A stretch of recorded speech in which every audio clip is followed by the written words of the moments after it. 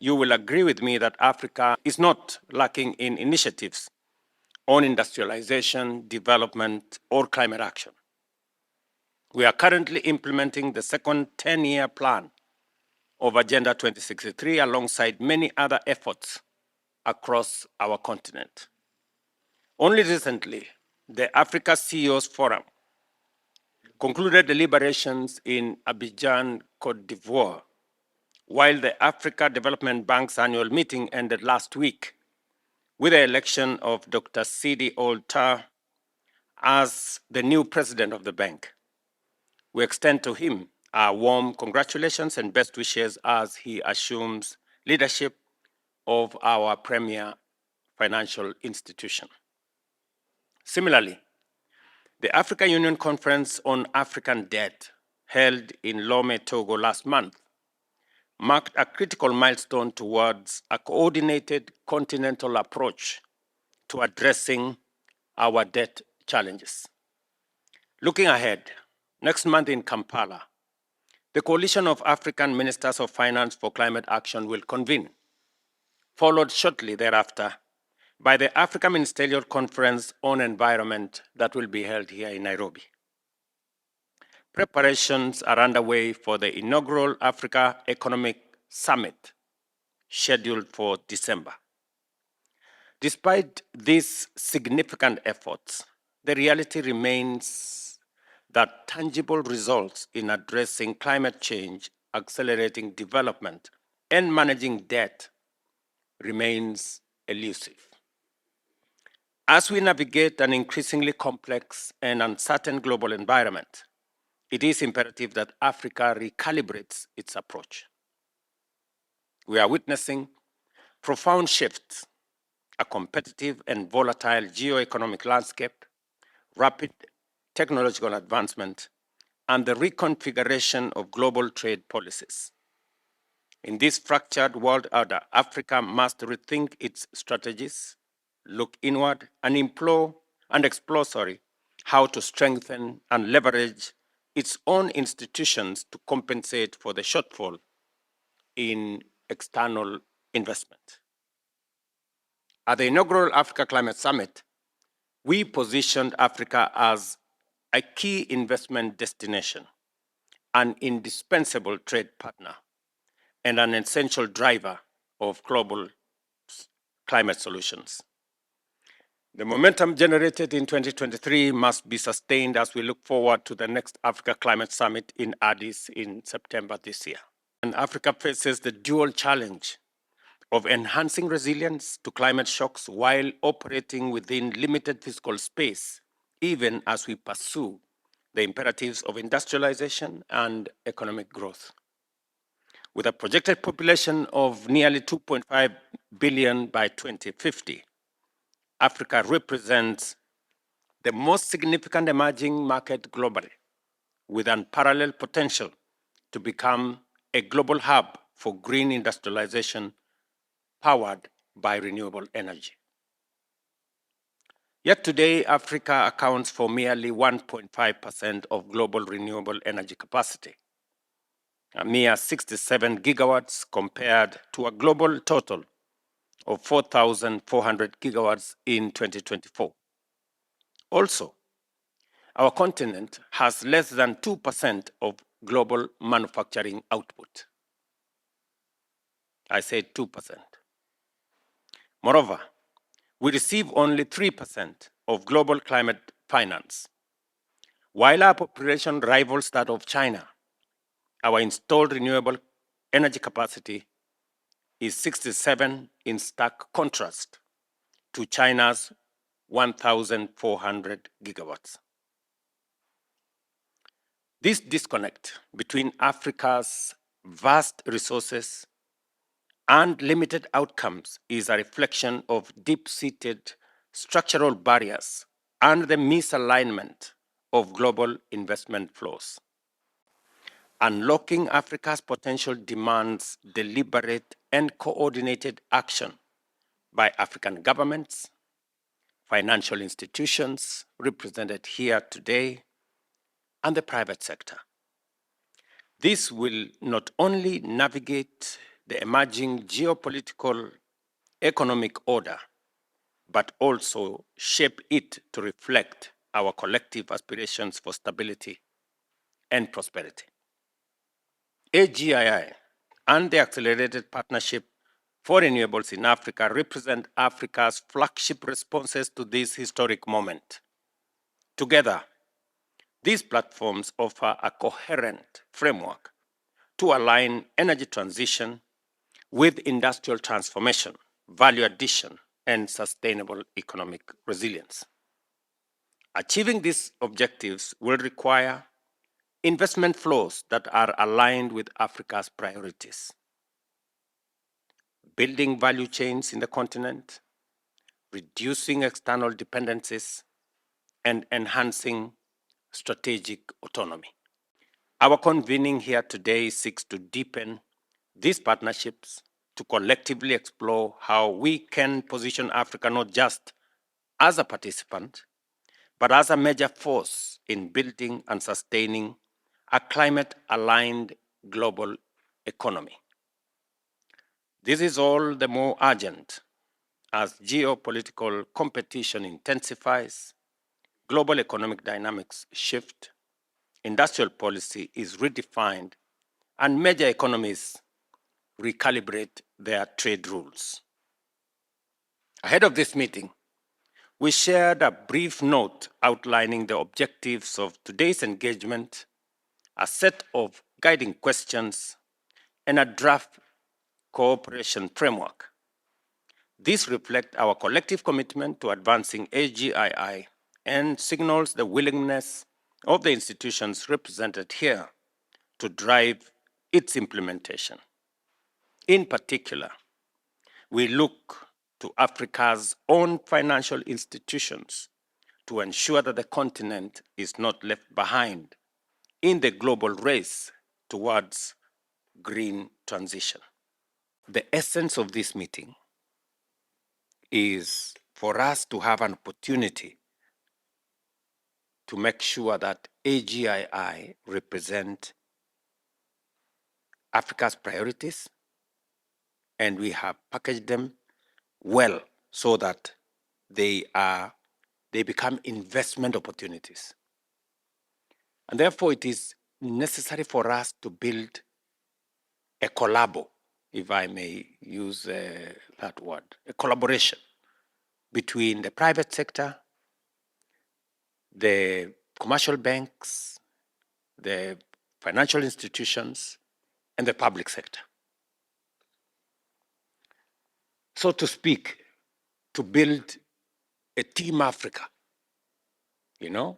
that then brings all of us together into a space where we leverage the public sector, those of us who have the wherewithal in that space, and create synergy with the private sector and the commercial sector as well.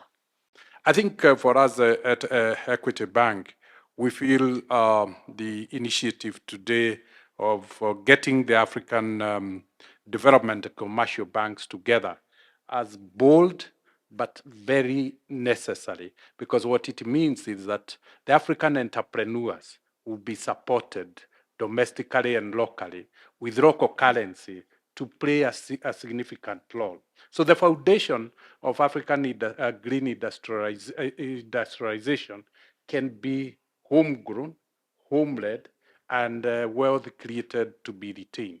There's room for global finance, for scaling, for syndication, but it is important to ensure that we play our rightful role. If we don't manage to solve this problem, we're going to get left further and further behind, because the energy that is required to run the technology and computers that are required for AI is shocking. And if we don't have that energy, we are not going to run that AI, and we're not going to get the productivity that is required for us to be competitive, to run the industries that we want to export products and services outside of this continent.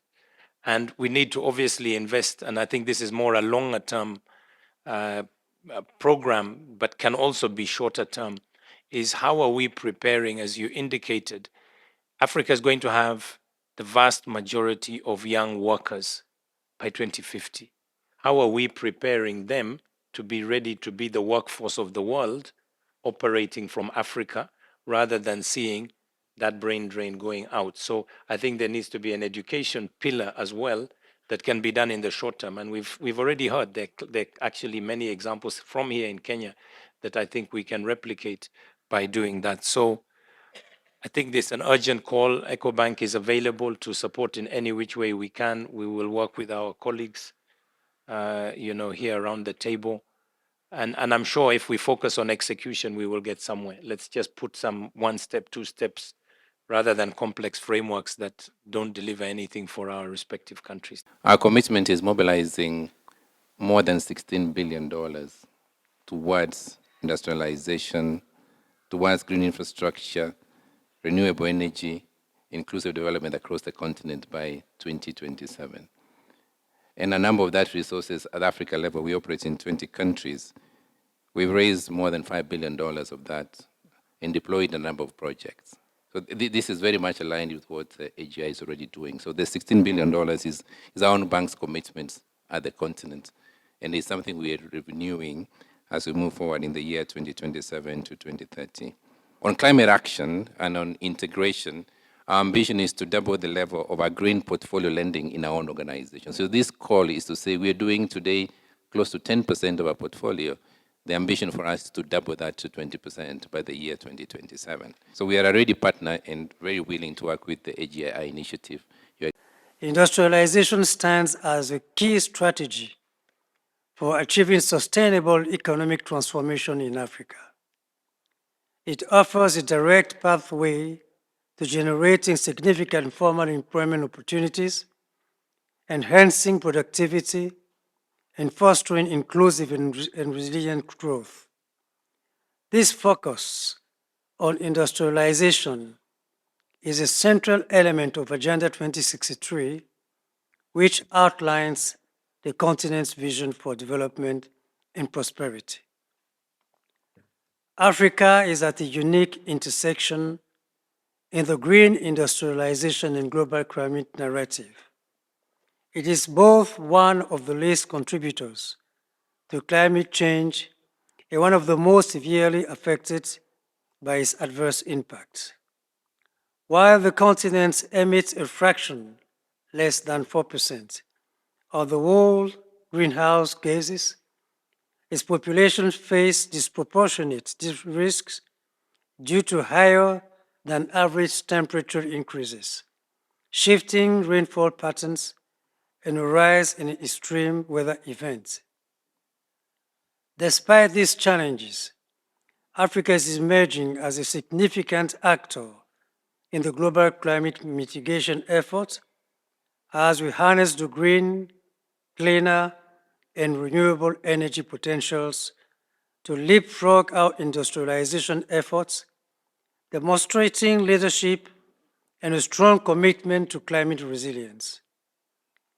In response to these pressing issues, the African Union has taken proactive steps through the Climate Change and Resilient Development Strategy and Action Plan 2022-2032 and Green Recovery Action Plan to support our member states in the green transitions. These ambitious strategies promote a green and climate resilient development pathway integrating robust government, sustainable policy frameworks, and regional flagship initiatives. It aligns closely with Agenda 2063, which envisions an integrated, prosperous, and peaceful Africa, prioritizing climate-resilient economies and communities. By advancing governance, implementation strategies, and regional collaboration, the AU is laying the groundwork for a sustainable and resilient African future. The purpose today is to mobilize private sector capital mobilize our development finance institutions towards a common framework for investments where we will jointly identify bankable projects, whether it is in critical minerals, whether it is in industrial output, or even indeed in green technologies. You mentioned, President, AI. Here, not too far from us in Naivasha, is Africa's only green data center. These are some of examples that we think can be rolled out throughout the continent. But that will require financing. We believe that the continent's financial architecture, represented here, should collectively scale up its catalyzing of green industrialization in Africa in several ways. One, adopting holistic approaches for industry cluster development with project finance covering the entire value chains. For example, green hydrogen hubs producing fertilizer and steel, mineral processing zones powered by renewables, eco-industrial parks using circular input and low-carbon logistics, etc. Two, strengthening local ecosystems, notably industrial SMEs, like component manufacturers, recyclers, logistics providers, etc., which could be supported by local currency green lines of credit, guarantees or partial risk-sharing facilities to enable lending to new business models, equity catalytic funds, for example, climate venture funds or industrial SME accelerators. Three, strongly supporting African champions in their continued growth and pathways to decarbonization and low-carbon industrial cluster hubs. This we could do via direct financing, sustainability-linked financing, green bonds, etc. Four, supporting MSMEs development via targeted investments in venture capital and private equity funds, targeted via financial institutions, as well as setting up and anchoring specific debt and equity vehicles. Five, and lastly, developing specific blended finance platforms for industrial clusters. Here, this initiative, the AGII, could promote platforms that pool concessional public and private capital into dedicated green industrialization vehicles, targeted at strategic clusters such as green cement, electricity mobility, hydrogen-based fertilizers or agro-processing, etc. Thank you for considering AFC in this initiative. As we know, the geopolitical environment has drastically changed over the last 12 months.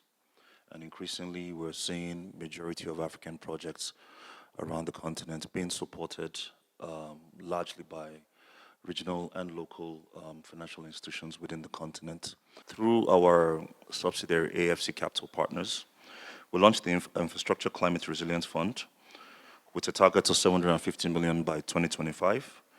That offers and blends concession and commercial financing to accelerate climate resilient infrastructure development across Africa. We have secured roughly around $250 million from the Green Climate Fund for that initiative. And following action points should be considered for AGI. I think one is to shift the narrative of our power on the continent. It's mostly reliant on how many people lack access to power, more than the investment demand. So for example, our study that we've done, the AI data centers in the United States will consume more power than Egypt. And we need to invest in early stage projects that will meet those power demands over the next 5 to 10 years as we look to develop this project, because we don't believe that sector can kick off without the necessary power infrastructure. We also have identified low-hanging fruits to crystallize this green industrial revolution. We are investors in various bauxite mines in Guinea, manganese mines in Gabon, and nickel mines in Cote d'Ivoire. And the intention is to build mega infrastructure clusters across the continent, where the intention is to not just export the ore anymore. We have to refine and smelt those products to value additive products within the continent, which will also contribute to our large power consumption in the region. So I thank you, Your Excellency, for contributing to this initiative. Thank you very much, sir.